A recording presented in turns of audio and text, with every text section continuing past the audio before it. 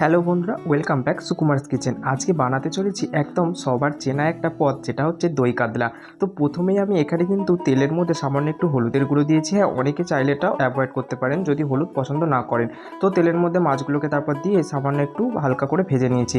তারপর সেই তেলের মধ্যে দিয়ে দিয়েছি কিন্তু আমি একটা শুকনো লঙ্কা আর সামান্য একটু জিরা আর একটু টমেটো কুচি দিয়ে বেশ ভালো করে ভেজে নেওয়ার পর তার মধ্যে গ্রেট করে রাখা আদা দিয়ে একটু নাড়াচাড়া করে নিয়ে 4 টেবিল স্পুন টক দই ফেটিয়ে রাখা তার মধ্যে দিয়ে একটু নাড়াচাড়া করে নিয়ে দিয়ে দিয়েছি পরিমাণ মতো লঙ্কার গুঁড়ো ঝালের জন্য আর জিরে গুঁড়ো দিয়ে একটু মশলাটা কষিয়ে নিয়ে তার মধ্যে দিয়ে দিয়েছি 3 টেবিল স্পুন মতো কাজু বাদাম বাটা আর 2 টেবিল স্পুন মতো পোস্ত বাটা দিয়ে আর বাটি ধোয়া জল দিয়ে মশলাটা আর একটু সুন্দর করে কষিয়ে নিতে হবে। তারপর তার মধ্যে স্বাদ মতো লবণ আর সামান্য একটুখানি ব্যালেন্স করার জন্য মিষ্টি দিয়ে ভালো করে কষিয়ে নিয়ে আর একটু দুধ দিয়ে ভালো করে আর একটু কষিয়ে নিতে হবে। তারপর ভেজে রাখা মাছগুলো দিয়ে আর ধনেপাতা কুচি দিয়ে বেশ কিছুক্ষণ ফুটিয়ে নিয়ে ঢাকা খুলে গরম গরম সার্ভ করুন দই কাতলা। খেতে কিন্তু খুবই অসাধারণ এই দই কাতলার রেসিপিটা, বানিয়ে কিন্তু দেখতেই পারেন।